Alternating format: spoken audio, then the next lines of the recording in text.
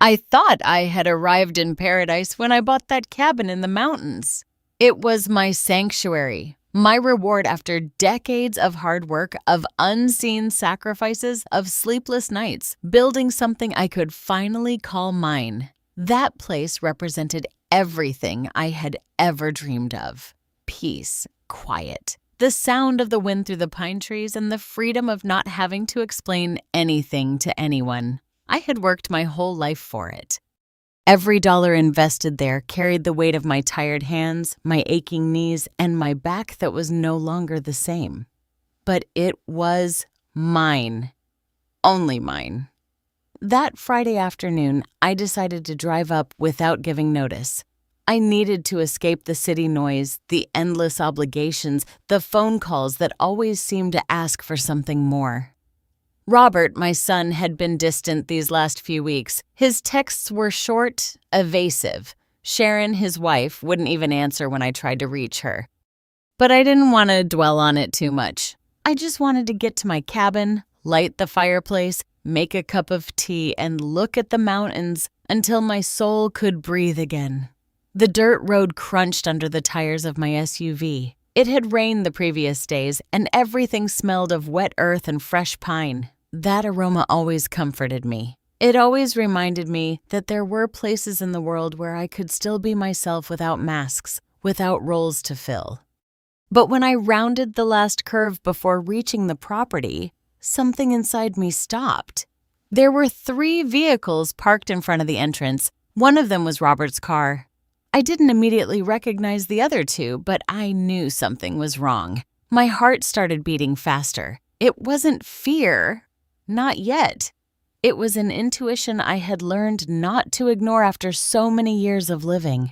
I parked a few yards away and stayed seated in the car for a few seconds, trying to understand what was happening. No one had asked me permission to use the cabin. No one had told me they were coming. In fact, the last time I spoke to Robert, he was in the city busy with his job. Oh, that's what he told me. I got out of the car slowly. My legs were shaking a little, not from weakness, but from contained anger. I walked toward the main door, and before I could ring the doorbell, I heard laughter. Loud laughter. Celebrating music. My blood ran cold. I opened the door without knocking. It was my house. I didn't have to ask permission to enter what was mine. The first thing I saw was the living room completely transformed. My furniture was still there, but everything else had changed. The photographs I had hung with so much care. The pictures of my parents, my grandparents, of Robert as a child, all of them had been removed. In their place were new pictures, decorations I didn't recognize, objects that clearly weren't mine. On the dining room table, there were open wine bottles, plates of food, dirty glasses. The fireplace was lit. Someone had turned my sanctuary into their own private party. Sharon was the first to see me. She was sitting on my favorite couch, the one I had bought after months of searching for the right one, with a glass of wine in her hand and an expression of complete comfort. When our eyes met, her face changed. What I saw wasn't surprise. It was annoyance, vexation, as if I were an unwanted interruption to her perfect afternoon. She stood up slowly, setting the glass on the table with a sharp thud that made everyone in the room turn to look at me. Robert was sitting near the window. His face went pale when he saw me. Next to him were Joe and Lucy, Sharon's parents, 2 people I barely knew, but who were now sitting in my living room as if they owned the place. Sharon crossed her arms and walked toward me. Her gaze was pure ice, barely contained disdain. There was no greeting. No explanation, only a question loaded with venom. "What do you want here, you old trespasser?" The silence that followed was so heavy you could have cut it with a knife. No one moved. No one breathed. Everyone was looking at me, waiting for my reaction, waiting for me to break, to apologize, to back down as I probably had so many times before. But something inside me had finally shattered at that moment. It wasn't just the invasion of my property. It was the total lack of respect, the audacity to treat me as if I were the one in the wrong, as if I didn't have the right to be in the place I had bought with my own money. With my own effort. Sharon continued, her voice rising in volume, full of an unfounded confidence. I'm going to call the police, she said. You can't just walk into private property like this without permission. This is trespassing. I felt a strange calm take over me. It wasn't resignation. It was absolute clarity. For the first time in a long time, I knew exactly what to do. I wasn't going to scream. I wasn't going to cry. I wasn't going to beg them to explain. I was just going to stay. I was just going to watch as their little world of lies began to crumble. I smiled. It was a small, controlled smile, but Sharon saw it, and something in her expression changed. She had expected screams, tears, perhaps an embarrassed retreat, but not this calm. Go ahead, I said in a firm, clear voice. Call the police if you have the nerve. I walked slowly toward the couch opposite hers and sat down. I clasped my hands in my lap and looked at all of them one by one. Robert avoided my gaze. Joe and Lucy exchanged nervous glances. Sharon was still standing, phone already in her hand, but her finger had stopped over the screen. Something in my attitude had thrown her off. I sat there in my own house, surrounded by people who had invaded my space, who had lied, who had acted as if I didn't exist. But I no longer felt fear. I no longer felt doubt. I only felt a cold, absolute determination. I was going to reclaim what was mine. I was going to watch as each of them faced the consequences of their actions. And I was going to do it without raising my voice, without losing my composure, because true strength doesn't shout. True strength waits. And I had waited long enough. Sharon was still standing in front of me, phone in hand. But her fingers weren't moving. I could see the confusion in her eyes, the thinly veiled anger of someone who expected a different reaction. She had bet that I would run out, ashamed, apologizing for interrupting their little celebration, but I didn't move. I stayed seated, staring at her, waiting for her to do exactly what she had threatened to do. You're not gonna call? I asked in a quiet, almost kind voice. I told you to go ahead. I'm waiting. Robert stood up abruptly. His face was pale, almost gray. I knew that expression. It was the same one he had as a child when he knew he had done something very wrong. He walked toward Sharon and put a hand on her shoulder as if trying to stop her, but she roughly shook him off. I don't need your permission, Robert, she said without taking her eyes off me. Someone has to set some boundaries here. Joe, Sharon's father, cleared his throat from his place on the couch. He was a heavy-set man with a deep voice accustomed to being listened to when he spoke. He got up slowly and walked to stand next to his daughter as if reinforcing her position. Mrs. Martin, he said with a condescending tone as if speaking to a child, I think there's a misunderstanding here. Robert gave us permission to use the cabin this weekend. He told us you were traveling, that you weren't coming, that there would be no problem. In fact, he assured us that you had authorized this. I felt the blood rush to my head, but I kept my composure. So that was the lie. That was the story they had built to justify their invasion. Not only had they occupied my property without my consent, but they had used my name, invented an authorization I never gave, and manipulated the truth to look good in front of others. Robert told you that? I asked, looking directly at my son. You told them I authorized this? Robert opened his mouth, but no sound came out. His eyes darted from me to Sharon, from Sharon to her parents, looking for some way out, some way to escape this moment. But there was no escape. The truth was there, naked and cruel, waiting to be acknowledged.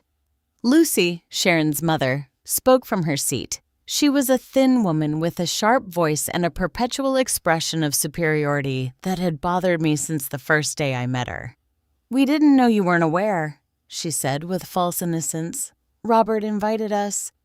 He said it would be a family weekend, that you would arrive tomorrow, and that we should get everything ready for when you came. We even cleaned the house. See, we went grocery shopping. We brought food all so you would be comfortable. The lie was so elaborate, so carefully constructed that it almost seemed credible. Almost. But I knew every corner of this house. I knew exactly how I had left it the last time I was here, and what I saw now was not a house prepared for my arrival. It was an occupied house, transformed, stripped of my presence to make room for theirs.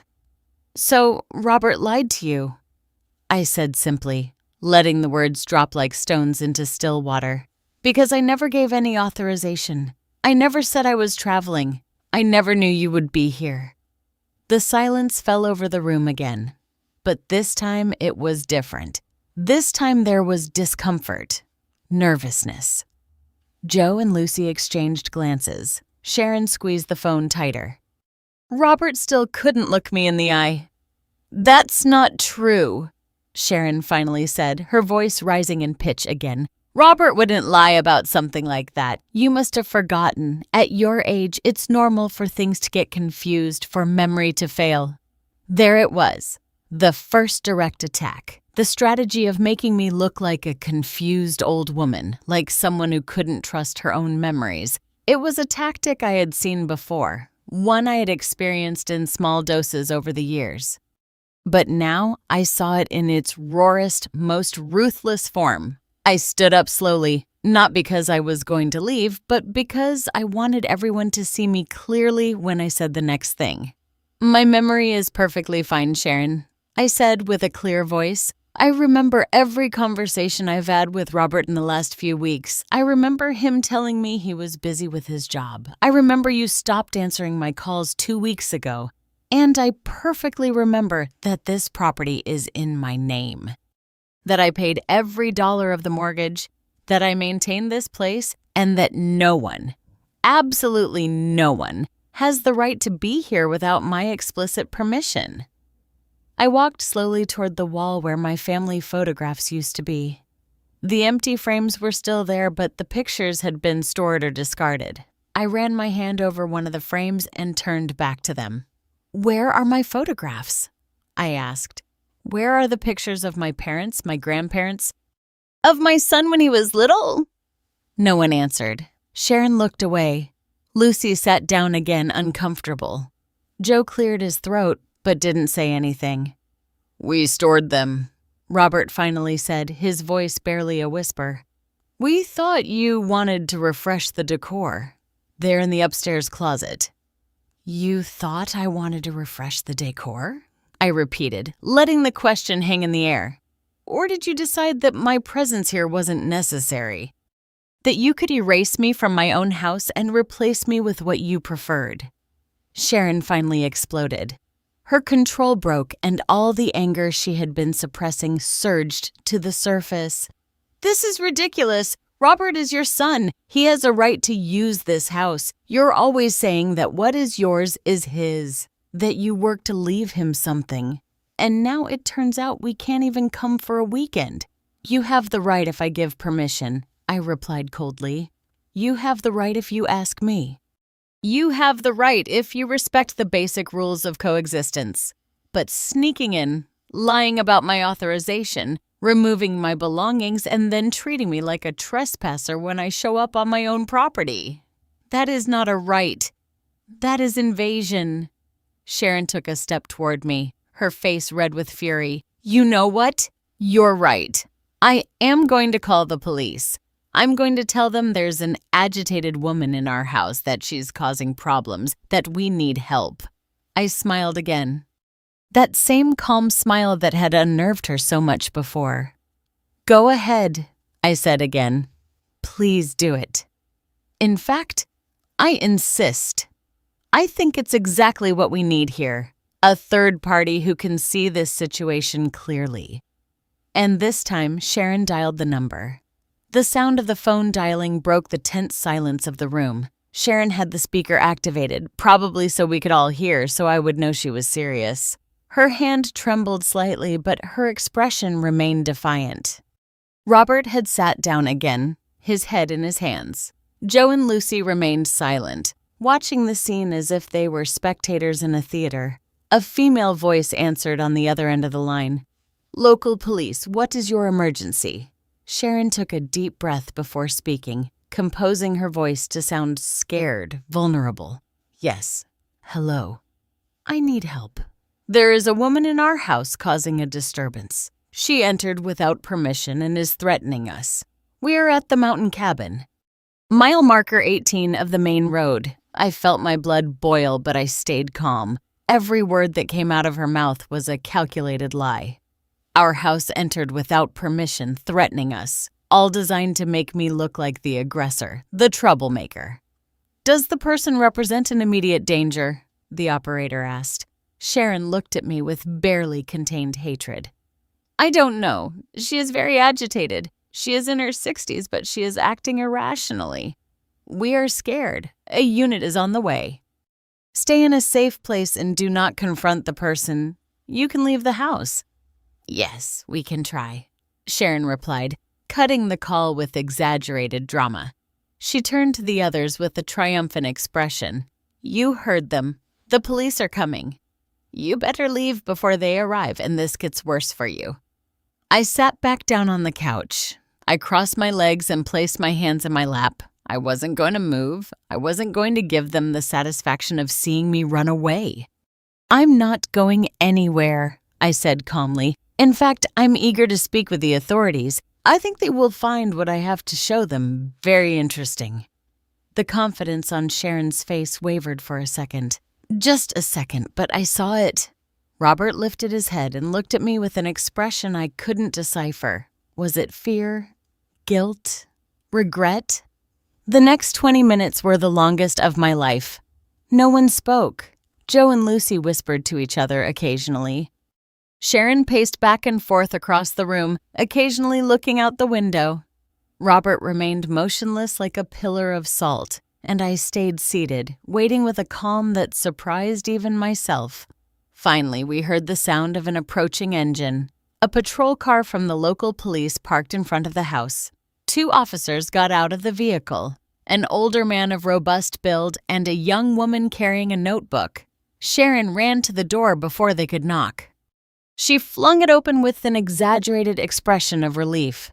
"Thank you for coming so fast. She's inside. She came in without permission and won't leave." The officers entered cautiously, assessing the situation with trained eyes. The older officer looked at me and then at Sharon. "Who is the owner of this property?" he asked in a neutral voice. Sharon opened her mouth to answer, but I spoke first. "I am," I said, standing up.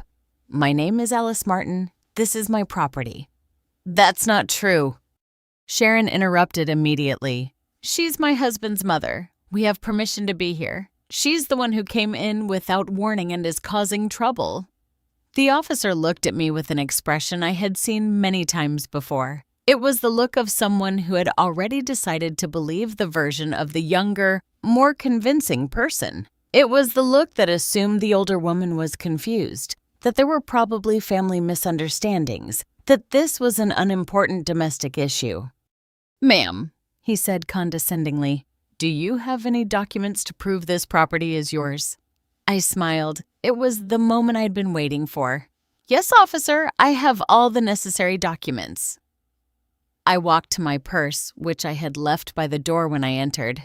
I opened it calmly and took out a folder I always carried with me. Inside were the property deeds, the latest property tax payment, the utility bills in my name, and a letter from the bank confirming that the mortgage was completely paid off. I handed the documents to the officer. He reviewed them carefully, flipping through each page, verifying dates and names. His expression began to change. The young female officer came closer to look as well, and they exchanged a significant glance. "Everything is in your name," the officer finally confirmed, looking at Sharon with a completely different expression. "Mrs. Alice Martin is the sole registered owner of this property." Color drained from Sharon's face. Joe stood up abruptly. Lucy let out a small gasp. Robert closed his eyes as if he wanted to disappear. But Robert is her son," Sharon stammered. "He told us we could be here, that she had given permission." The young officer spoke this time, her voice firm but professional. "Ma'am, The fact that he is the owner's son does not give him an automatic right to use the property without her consent. And Mrs. Martin says she never gave that permission.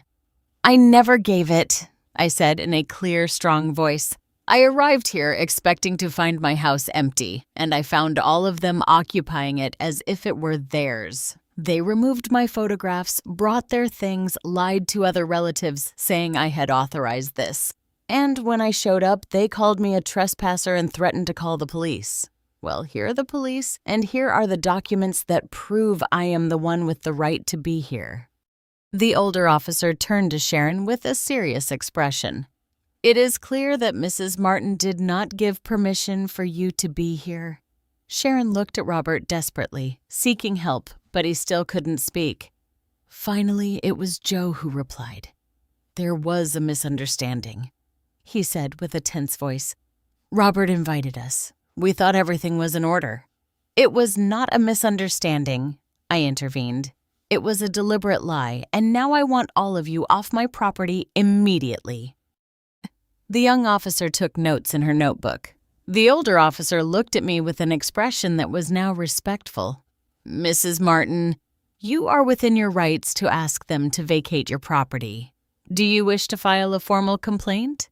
I looked at each of them. At Sharon with her mixed rage and fear, at Joe and Lucy trying to look innocent, at Robert destroyed by shame. And I felt something break inside me. It wasn't sadness. It was liberation. I want them to leave, I said simply. Now. The older officer nodded gravely and turned to Sharon and the others. You must vacate the property immediately. Mrs. Martin has proven to be the sole legal owner and has requested that you leave. If you do not do so voluntarily, we would have to proceed with a forced eviction. Sharon opened her mouth to protest, but the young officer interrupted her firmly. You can gather your personal belongings now, but you must leave the premises within the next 30 minutes. I saw how reality began to settle on their faces. The public humiliation of being exposed in front of the authorities, of having their lie unmasked so brutally. But that was only the beginning. There was something else I needed to do, something I had been putting off for years out of fear, out of misplaced love, out of that horrible habit of sacrificing myself for those who never valued me. Officer, I said calmly, before they go, there's something else I need to clarify in front of witnesses. Everyone looked at me. Robert lifted his head, his eyes full of a silent plea. He knew what was coming after all these years. He knew. I went back to my purse and pulled out another folder. This one was thicker, heavier. It contained years of documents, receipts, bank transfers, contracts. I opened it on the dining room table, clearing the glasses and plates that were still there. Robert, I said, looking directly at him, how much money have I given you in the last 5 years? He turned even paler. If that was possible. Mom, please answer the question. The silence was deafening. Sharon was looking at him, not understanding what was happening. The officers remained attentive, not intervening, but clearly interested. I don't know exactly, Robert murmured. I do know, I said, pulling out a document. $42,000. In the last 5 years, I have transferred $42,000 to you for the down payment on your house, for your car, for your credit card debts, for the wedding party. Son, Sharon wanted for the trip to Europe you took last year. Sharon took a step back as if I had slapped her. Joe and Lucy exchanged uncomfortable glances. Furthermore, I continued, pulling out more papers. I pay for your car insurance. That is $300 monthly. I also pay Sharon's gym membership, $150 a month. And for the past 2 years, I have been covering the 20% of your mortgage because you couldn't handle the full payments. That's another $800 monthly. I placed each document on the table with surgical precision. Receipts, bank statements, emails where Robert asked me for help again and again. Everything was there, black on white, impossible to deny. In total, I said, doing the final calculation, in the last 5 years, I have invested $68,000 in keeping you afloat. And I'm not counting the gifts, the dinners, the clothes, the appliances I bought you when you moved in." My voice was trembling now, not from weakness, but from years of contained frustration, finally finding an outlet. "And this is how you repay me, invading my home, lying about me, removing my photographs as if I no longer existed, as if I didn't matter anymore." Robert had tears in his eyes. He stood up and tried to approach me. "Mom, I didn't know Sharon was going to know." I stopped him with a hand. "Don't blame only Sharon. You allowed this. You lied about my authorization. You brought all these people onto my property without asking me. You removed my photographs. You decided my space didn't matter." I turned to the officers who were now looking at me with a mixture of respect and pity. "I want you to be witnesses to what I'm about to say now." I took out my phone and opened my banking application. My hands weren't shaking. They were steady, sure, determined. As of this moment, I am canceling all automatic transfers in the name of Robert Martin. I am canceling the payment for his car insurance. I am canceling the monthly contribution to your mortgage. I am canceling Sharon's gym payment. I pressed button after button, confirming each cancellation. Sharon watched the scene with growing horror. Joe had stood up trying to comprehend the magnitude of what he was witnessing. "Mom, wait," Robert pleaded. "We can talk about this. We can fix it." "There's nothing to fix," I replied without looking up from the phone. "For years I have fixed your problems. I have paid your debts. I have covered your mistakes, and I did it because I loved you, because you were my son, because I thought it was my duty to support you. But I confused support with enabling. I confused love with being used." I finished the cancellations and put the phone away. Then I took another document from the folder. "The car you drive, Robert, is in my name because I put down the deposit and I am the co-signer on the loan. If you stop paying, they come after me. So, I am also going to speak with the bank this very week to remove my name from that contract. If you cannot assume the full payment, you will have to return it." "You can't do that," Sharon finally screamed. "That's our car. We need it for work." "You should have thought about that before," I said coldly. "Before you invaded my house, before you disrespected me. Before you assumed I would always be there to bail you out, regardless of how you treated me." Lucy spoke for the first time in several minutes, her sharp voice full of indignation. "This is cruelty. They are your family. How can you be so hard on your own son?" I turned to her with a calm that surprised even myself. "Hard? You want to know what's hard, Lucy? Working 60 hours a week for 30 years to give my son a better life.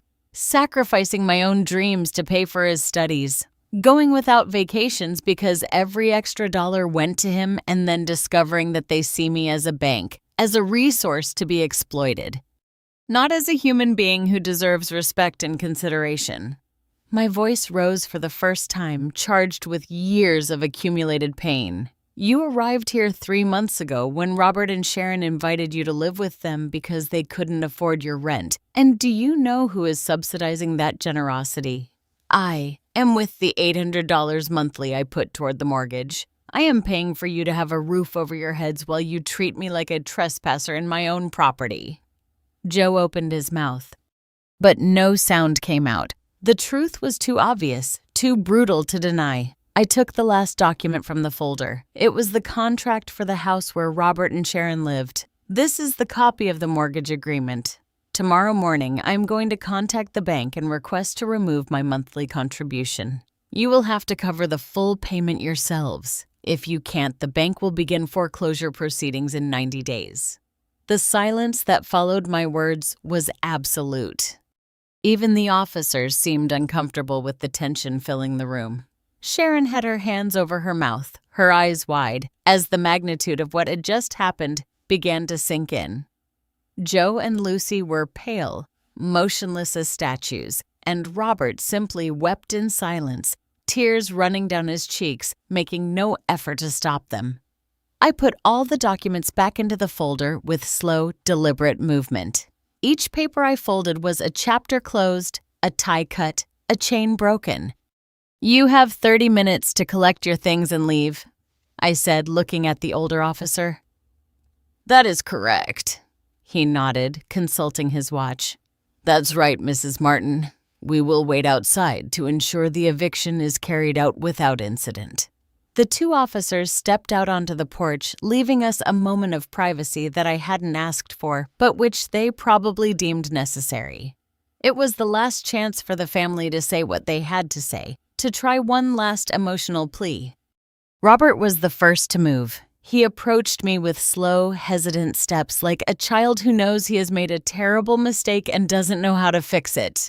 "Mom," his voice broke. "Mom, I'm sorry. I am so sorry. I didn't want things to come to this.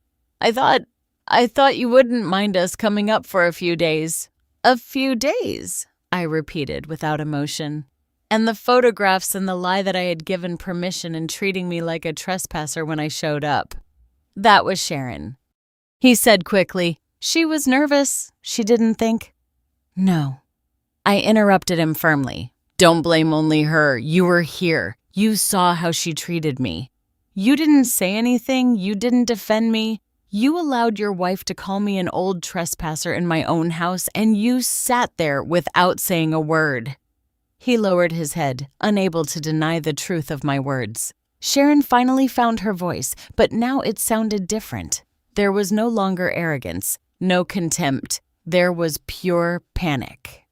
"Alice, please, you can't leave us like this. How are we going to pay the mortgage? How are we going to keep the car? Robert has to go to work. I have my job. Without the car, we can't." "You should have thought about that before," I said with a calm that surprised even me. "Before you played with fire. Before you assumed I would always be there to clean up your messes, regardless of how you treated me." Joe attempted a different approach, his voice now soft, almost pleading. "Mrs. Martin, I understand you're upset. You have every right, but think about this with a cool head. They're your family. It's Christmas in a few weeks. Do you really want them to spend the holidays on the street?" "They won't be on the street," I replied. "They will be in the house I've been helping to pay for. The house where you live for free thanks to my money. Only now they'll have to pay the full amount of the mortgage. They will have to adjust, make sacrifices, tighten their belts just like I did for decades." Lucy approached with tears in her eyes, adopting the victim role that had probably worked for her all her life. "We are elderly. We are 67 years old. We can't go back to working full-time. We depend on Robert and Sharon. If they lose the house, we have nowhere to go." I felt a pang of something in my chest. It wasn't guilt. It wasn't exactly pity. It was the recognition that these people were genuinely scared. But that fear was a consequence of their own decisions, of years of living beyond their means, of assuming someone would always be there to rescue them. "Lucy," I said, looking directly at her, "I'm also elderly. I am 61 years old, and no one rescues me. No one pays my bills. No one supports me when I'm tired. Everything I have, I built alone, with my own hands, with my own effort. And you came here to my sanctuary and turned it into your own without asking me, without respecting me, without even considering that I also deserve peace." I walked to the window and looked outside, where the two officers waited next to their patrol car. The sun was beginning to set behind the mountains. Soon it would be night. Soon they would be on the road driving back to the city in the cold evening. "You have 20 minutes, I said without turning around. "Start packing." For the next few minutes, I heard the chaos of people hurriedly gathering their things, suitcases being zipped, objects being stuffed into bags, quick footsteps going up and down the stairs. No one spoke, only the sound of urgency, of contained panic, of a world crumbling.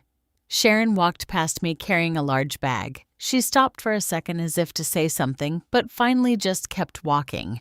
Joe and Lucy came down with their belongings, avoiding my gaze. Robert was the last to come down.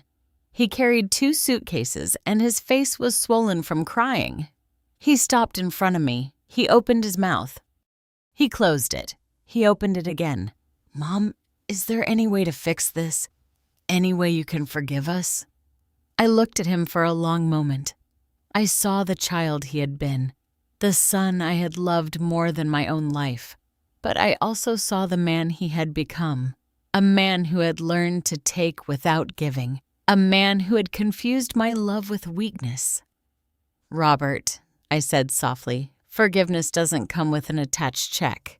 If I can ever forgive you, it will be because you have learned to be responsible for your own life, because you have understood that loving someone doesn't mean using them, because you have grown." "But without my help," I interrupted him. "You will learn what I had to learn alone, that life is hard, that nobody owes you anything, that respect is earned and dignity is protected. You will learn or you won't learn, but it is no longer my responsibility to teach you." The older officer appeared at the door. "Mrs. Martin, are they ready to go? Is there anything else you need?" "No, officer. Thank you for your help." One by one, they left. Joe and Lucy first, carrying their suitcases toward one of the cars. Sharon followed, head down, defeated, and finally Robert, walking slowly as if his feet weighed tons. Before getting into the car, he turned back one last time toward the house. Our gazes met through the window. I raised my hand in a gesture that was neither a wave nor a goodbye. It was simply acknowledgement that this was happening, that there was no turning back. The engine started, the taillights came on, and slowly, the 3 vehicles began to drive away along the dirt road, kicking up dust in the growing darkness. The officers approached one last time. "Are you going to be okay, Mom?" the young officer asked with genuine concern. I smiled, and for the first time in a long time, it was a real smile. "Yes," I said. "I'll be fine." After the officers left, I stood on the porch for a long time, watching the last lights of the vehicles disappear in the distance. The silence of the mountain enveloped me like a warm blanket. It wasn't an empty silence. It was a silence filled with peace, liberation, and possibilities. For the first time in years, I could hear my own thoughts without the constant noise of others' demands. I went inside the house and locked the door. My hands trembled slightly, not from fear, but from the rush of adrenaline finally beginning to leave my body. I had done something I had been putting off for years. I had said no. I had set boundaries. I had chosen my own dignity over maintaining a false family peace. I walked through the living room, picking up the dirty glasses, the abandoned plates, cleaning up the remnants of the invasion. As I worked, my mind began to wander to the past, to the moments that had led me here, to this breaking point. And I understood that this hadn't started today. It had started many years ago with small decisions that accumulated until they became a pattern of life. I remembered when Robert was 23 years old and lost his first job. He came to me crying, saying he couldn't pay his rent, that he was going to be evicted. I had just received my first raise in years, a raise I had planned to use to finally take that trip to Europe I had always dreamed of. But I looked into his eyes, saw his desperation, and I gave him the money. $2,000. That meant my vacation, my rest, my moment of reprieve. "It's only this time, Mom," he had promised me. "I'll pay you back in 2 months when I get another job." He never gave me that money back, and I never asked for it. 6 months later came another crisis, a credit card debt that had grown out of control. $5,000. I had just finished paying off the mortgage on my small apartment in the city. For the first time in my life, I didn't have that financial pressure. I could breathe. I could save. I could live without the constant weight of debt. But Robert arrived at my door with bank papers, with threats of lawsuits, with that scared child's face that always melted my defenses. "Mom, I don't know how it happened. I spent without realizing. If I don't pay, they'll ruin my credit history. I won't be able to get anything in the future. and I paid $5,000 of my savings, of the money I had set aside for my retirement, for my future security. "This is the last time," I told him firmly. "You have to learn to manage your money." He nodded seriously. He promised he would change, that he would learn. But a year later, he was back with another crisis, with another urgent need. I sat on the couch hugging a cushion to my chest, and the tears finally came. They weren't tears of sadness. They were tears of liberation, of years of contained frustration at finally finding an outlet. I cried for all the dreams I had postponed, for all the trips I never took, for all the times I denied myself something small to be able to give something big to someone else. I cried for the woman I had been, the one who always said yes, the one who confused love with infinite sacrifice. And I also cried with relief because that woman had finally found her voice, her limit, her dignity. I remembered when Robert met Sharon. From the first moment, I knew there was something about her that unsettled me. It wasn't just her distant attitude or her way of talking as if the world owed her something. It was the way she looked at things, calculating values, measuring possibilities. When they got engaged, Sharon had insisted on a big, elegant, expensive wedding. "It's the most important day of my life," she had said with those bright eyes. "I'm only getting married once. The wedding cost $23,000. Robert and Sharon put in $5,000. Sharon's father put in $3,000, and I, who had promised to contribute $5,000 to help, ended up paying $15,000 because unexpected expenses came up and we couldn't cancel the contracts. $15,000 that represented 2 years of careful saving. $15,000 that I had planned to use to buy this cabin in the mountains. I had to wait 3 more years working overtime, denying myself basic pleasures to finally be able to make the down payment on this property. And here they were years later, occupying this place that I had bought with so much sacrifice, treating it as if it meant nothing, as if it was simply another resource available for their use. I got up and went upstairs to the master bedroom. I opened the closet where Robert had said they stored my photographs. There they were, carelessly piled up in cardboard boxes. I took them out one by one and placed them on the bed. My mother smiling in her garden, my father in his work uniform, my grandparents on their 50th wedding anniversary, and Robert, my little Robert at 5 years old, riding his first bicycle. I held that photograph in my hands and looked at it for a long time. He was such a happy child then, so innocent. At what point had he lost that sparkle in his eyes? At what point had he learned that he could take without giving? And how much of that was my fault for having taught him that I would always be there to rescue him?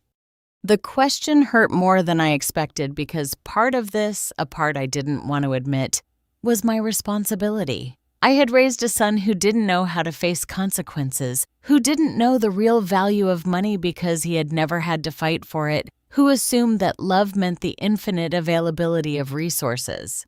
But I also understood, sitting there in that quiet room, that it wasn't too late to teach him the most important lesson.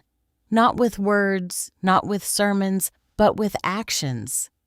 By letting him fall, by allowing him to face reality, by withdrawing the safety net I had so carefully woven all these years, I went downstairs with the photographs and began to hang them back in their original places. Each frame I hung was an act of recovery of my space, of my history, of my identity that I had allowed to be erased so easily. When I finished, the living room looked as it should look, like my living room, with my memories, with my history imprinted on those walls.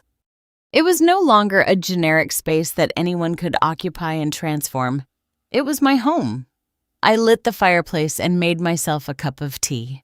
I sat down in front of the fire and let the warmth penetrate my tired bones. It had been an exhausting, emotional, devastating day in many ways, but it had also been liberating.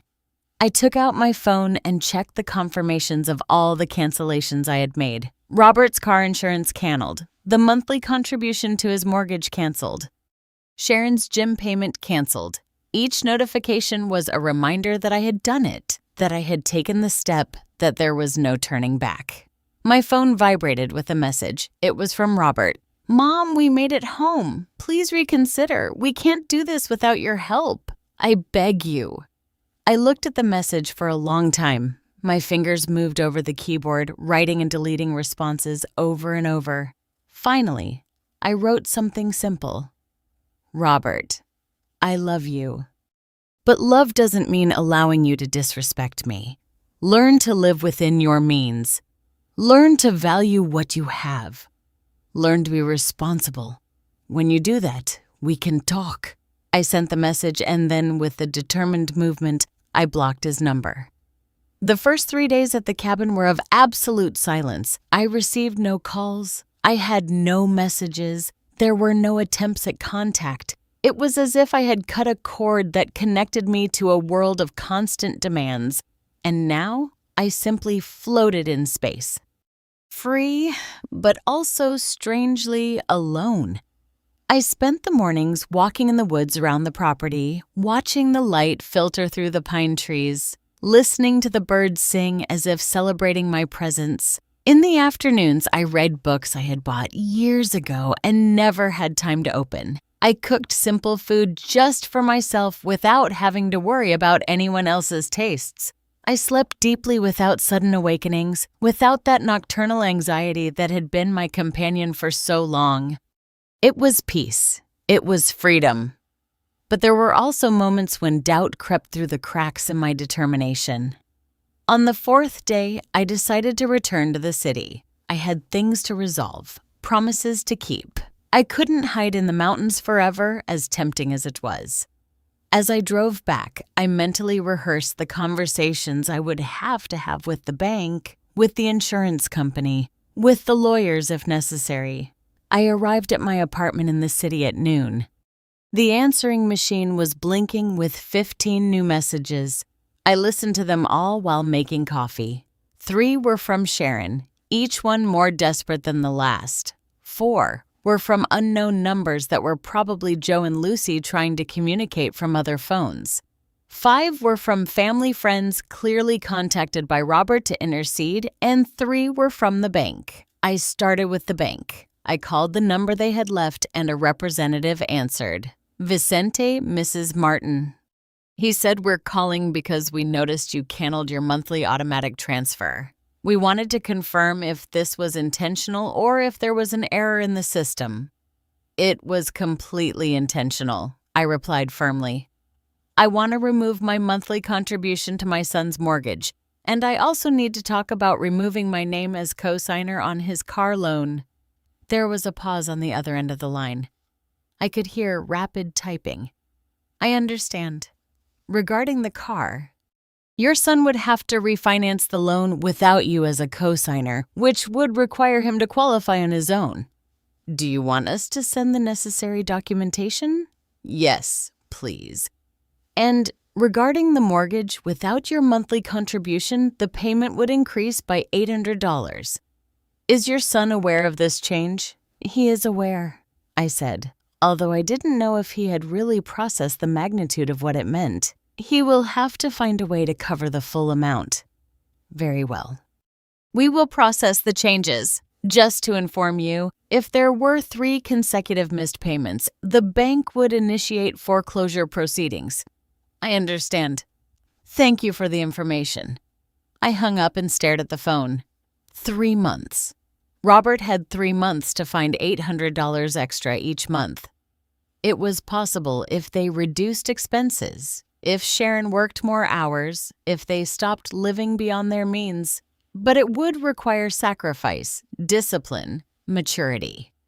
The phone rang almost immediately. It was a number I didn't recognize, but I decided to answer. "Alice?" It was Lucy's voice, trembling, pleading. "Please, don't hang up. I need to talk to you." I took a deep breath. "What do you want, Lucy?" "I came to the bank this morning with Robert. They told us you canceled everything. The car insurance, your part of the mortgage." "Alice, we can't afford all that. Robert earns $1,800 a month. The full mortgage is $1,400. The car insurance is $300. The bills for electricity, water. and internet are another $250. How are we going to live on $150 a month? I did the math quickly in my head. The numbers didn't add up. Lucy, if Robert earns $1,800 and the full mortgage is $1,400, that leaves $400, not $150. But the car insurance that you were paying, I interrupted her. If you can't pay for it, then you can't have the car. It's that simple. Sell the car. Buy something cheaper that you can maintain. Use public transport, look for alternatives. But it's no longer my problem. Sharon also works, Lucy continued quickly. She earns $900 a month. That gives us $2,700 in total. Then you have enough, I said, calculating. $1,400 for the mortgage, $300 for insurance if you decide to keep the car, $250 for utilities. That's $1,950. That leaves you $750 for food, gas, and other expenses. It's tight, but it's possible. But we also live there, Lucy said, her voice going up an octave. Joe and I need to eat. We need our medications. Joe has to go to the doctor every month. That costs $120 because we don't have insurance. And there was the real reason the numbers weren't working. It wasn't just Robert and Sharon. It was 4 adults living on the income of 2, and one of them had significant medical expenses. Lucy, how old are you and Joe? 67, and neither of us works. Joe had a heart attack 2 years ago. He can't work. And I take care of him. I felt a twinge of something akin to compassion, but I kept it at bay. This wasn't cruelty on my part. It was reality. Lucy, understand something. I am also close to 70. I also have medical expenses. I also get tired. The difference is that I worked my whole life to secure my future. I saved. I invested. I prepared. And now that I could finally rest, I discovered I was supporting 6 people besides myself. But we're family. Being family doesn't mean I have to sacrifice my financial security for yours, I said firmly, especially after how you treated me. You invaded my property, you disrespected me, you called me a trespasser, and now you want me to keep paying your bills. There was silence on the other side. Then I heard sobbing. I don't know what we're going to do, Lucy cried. We have nowhere to go. We don't have any savings. If Robert loses the house, we'll be on the street. Then Robert needs to find a second job, I said without emotion. Sharon, too. You need to apply for government medical assistance for Joe. You need to look for cheaper apartments, places you can afford with your real income. You need to live within your means, like millions of people do every day. But there are no buts, Lucy. I made my decision. You now have to make yours. I sincerely wish you the best, but I am no longer your solution. I hung up before she could respond. My hands were trembling, not from doubt, but from the intensity of maintaining my position against years of conditioning that screamed at me to give in, to help, to sacrifice myself one more time. 2 hours later, I received a text message from an unknown number. It was from Sharon. The insurance company called. They canceled the car policy. Now we can't drive it legally. Robert can't go to work. You're going to be responsible when he loses his job because of you, I replied briefly. You can take the bus. You can look for alternatives. I am no longer responsible for the consequences of your decisions. The next day, I personally went to the bank where they had the car loan. I filled out all the necessary forms to remove my name as co-signer. The representative explained that Robert would have 30 days to refinance or return the vehicle. Are you sure about this? The employee, a young man in his 30s, asked me. It's a process that cannot be easily reversed. I am completely sure. I left the bank feeling lighter than I had in years. Every document signed was a weight off my shoulders. 2 weeks passed. 2 weeks in which I remained firm in my silence, in my decision, in my newly established boundaries. I had returned to the cabin after resolving all the matters in the city. I needed that sanctuary more than ever. The mornings were cold now, with that late October temperature that announced the arrival of winter. I woke up early, made a coffee, and sat on the porch wrapped in a blanket, watching the sun paint the mountains in golden and pink hues. I had managed not to check my phone obsessively. I kept it on silent most of the day, checking it only at night. Messages kept coming, but less frequently. 3 from Robert automatically blocked. 2 from unknown numbers that I deleted without reading. 1 from a distant cousin asking if it was true that I had thrown Robert out on the street, clearly fueled by distorted versions of the facts. But that Friday afternoon, when I checked the phone before making dinner, there were 15 missed calls. All from the same unknown number and 3 voicemails. Something in my stomach tightened. 15 calls in one day was not normal, not even in the middle of a family crisis. I took a deep breath and listened to the first message. It was Robert. His voice sounded broken, barely recognizable amidst the sobs. "Mom, please answer. I need to talk to you. Everything is falling apart. Everything, please." The second message was 2 hours later. This time his voice sounded different. Not desperate, but defeated. "Mom, I lost my job. I was fired today.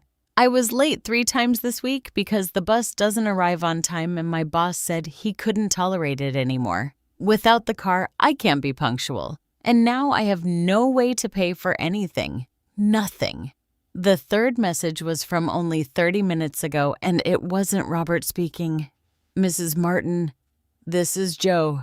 His voice sounded tired, old. "I need you to know what is happening here. Robert and Sharon have been fighting nonstop for 3 days.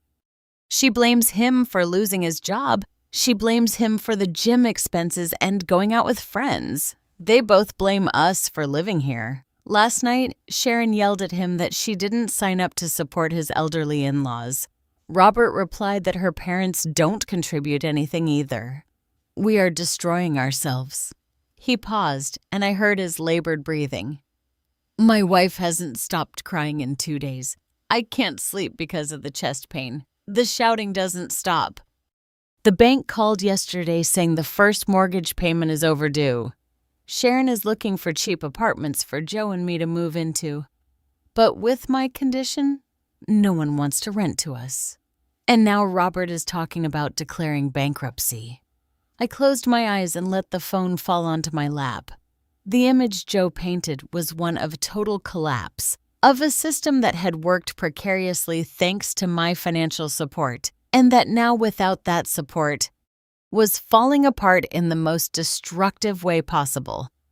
Part of me, the part that had been a mother for 61 years, wanted to grab the phone and call. I wanted to say that everything would be okay, that we would find a solution, that I would fix this, as I had always fixed everything. That part hurt me physically, as if claws were digging into my chest. But there was another part, newer, but also stronger, that knew this was exactly what had to happen, that this pain, this chaos, was the price of years of irresponsibility, and that if I intervened now, if I rescued the situation one more time, I would only be postponing this inevitable moment. I would only be guaranteeing that in 5 years or 10, we would be in exactly the same place. The phone vibrated in my hand. Another text message. "Mom, it's me. I know you blocked my number, but Sharon let me use hers. Please just listen to me. I'm not asking you for money. I just need advice. I don't know what to do. The bank gave me 15 days to pay or start foreclosure. I don't have a job. Sharon is looking for a second job, but it takes time. Her parents have nowhere to go, and she told me this morning that if I don't resolve this, she is going to divorce me." I read the message 3 times. I'm not asking you for money, I just need advice. It was the closest to taking responsibility that I had seen from Robert in years. But was it real, or was it just another manipulation? Another way to open the door to eventually ask for exactly what he said he wasn't asking for. I didn't answer. I put the phone away and went for a walk in the woods while there was still light. I needed to clear my mind. I needed fresh air in my lungs. I needed to remember why I had made this decision. When I returned, it had gotten completely dark. I lit the fireplace and made myself a simple dinner. As I ate, the phone rang again. This time, I answered without thinking. "Hello, Alice." Thank goodness. It was Sharon. Her voice sounded completely different from the last time I had heard it. There was no arrogance, no contempt. There was only exhaustion and defeat. "I know I don't have the right to call you. I know I treated you horribly, but I need you to know something." I waited without saying anything. "You were right," Sharon continued, her voice breaking. "You were right about everything. We were living beyond our means. We spent without thinking because we knew you would always be there to rescue us. We used you. We disrespected you. And now we are paying the price." I remained silent. "My parents are moving out in 3 days. We found a room in a shared house that agreed to rent to them despite my dad's condition. It costs $400 a month and it's horrible. Small in a bad neighborhood, but it's what we can afford. I got a second job cleaning houses at night. Robert is looking for anything, whatever." And we submitted the application for government medical assistance for my dad. She paused, and I heard her breathe deeply. "I'm not calling to ask you for money," she finally said. "I'm calling because I need you to know that I understand. I understand why you did it. And even though it hurts, even though I'm terrified, I know it's what we needed, a reality check." "And Robert?" I finally asked, my voice sounding strange after the long silence. "He understands too." Sharon let out a bitter laugh. "Robert is devastated. He won't stop crying. He says he failed you, that he failed as a son, as a husband, as a man. I think this is the first time in his life that he is really facing the consequences of his actions without having a safety net." "Are you going to lose the house?"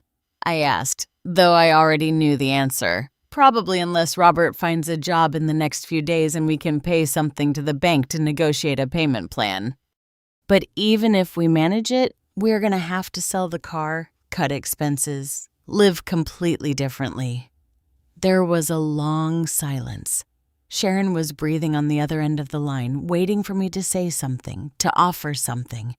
"Sharon," I finally said, "do you know how much I've worked in my life?" "No." "Since I was 16. 45 years working? 45 years getting up before dawn, coming home after dark. 45 years postponing my dreams to build security. And in the last 5 years, I have given $68,000 to support you. $68,000 that represent years of sacrifice." "I know," she whispered. "And still, you treated me like a trespasser in my own house as if I didn't matter. I'm sorry, God. I am so sorry." "Sorry is not enough, Sharon," I said with a firm but not cruel voice. "Sorry is just words. What I need to see are actions, real changes, true responsibility. And that takes time, a lot of time." There was a heavy silence on the other end of the line. I could hear Sharon's ragged breathing, the sound of someone trying not to completely fall apart. "I understand," she finally said. "I don't expect your forgiveness. I don't expect your help. I just wanted you to know that for the first time in my life, I am understanding what it means to really struggle, what it means to have no one to turn to. And it's terrifying, but it's also necessary." She hung up before I could reply. I kept holding the phone, looking at the screen that now showed the call duration, 8 minutes and 40 seconds. 8 minutes that had spoken more truth than years of previous conversations. I didn't feel triumph. I didn't feel satisfaction at seeing them suffer. I felt something more complex, more nuanced. It was relief mixed with sadness. It was strength mixed with pain. It was the certainty of having done the right thing even though it hurt deeply. The following days passed in a strange stillness. I kept receiving sporadic updates, unrequested but not rejected. Joe and Lucy moved into the shared room. Robert got a temporary job in a warehouse, working night shifts for $11 an hour. Sharon continued cleaning houses in addition to her regular job. Between the two of them, they earned enough for food, for basic utilities, but not for the mortgage. The bank initiated foreclosure proceedings. They had 60 days to vacate the property. Sharon found a small one-bedroom apartment in a modest neighborhood. It cost $600 a month. It was all they could afford. They sold most of their furniture to gather the deposit. 3 weeks after that last conversation with Sharon, I received an unexpected call. It was from a number I didn't recognize, but this time I decided to answer. Mrs. Martin? It was a male voice, formal, professional. Yes, this is she. My name is Marcus Flores. I am a financial counselor. Your son, Robert, came to see me this week seeking help organizing his finances. During our session, he mentioned what had happened between you. He asked permission to give you my number in case you wanted to speak with someone neutral about the situation. I was surprised. Robert had sought professional help. That was something he had never done before. And why are you calling me? Because part of my job is to help families rebuild not only their finances, but also their relationships, he explained. And because Robert authorized me to share something with you that I think you should know. I waited in silence. Your son cried throughout the first session, not because he had lost his house or his car. He cried because he understood, really understood for the first time how much he had abused your generosity. He showed me the records of everything you had given him over the years, and he told me he had no idea it had been so much that he had never added it up, that he had never seen the whole picture. I felt a knot form in my throat. We are working on a plan for him and Sharon to live within their real income. It's tight, very tight, but it's possible. And for the first time, he is committed to making it work without external help. Are you asking me to help him? I asked directly. No, Marcus replied firmly. In fact, I told Robert that the worst thing that could happen now would be for you to intervene and rescue the situation. I told him that this moment, as painful as it is his opportunity to grow, to learn, to become the man he needs to be. So why are you calling me? Because I also work with parents who have had to make difficult decisions like yours. And I know that even though it's the right thing to do, it doesn't stop hurting. I wanted you to know that your son is taking this seriously, that he is changing, and that someday when the time is right, he will probably want to talk to you, not to ask for help, but to thank you for forcing him to wake up. We hung up after a few more minutes of conversation. I sat in front of this fireplace for a long time, processing what I had just heard.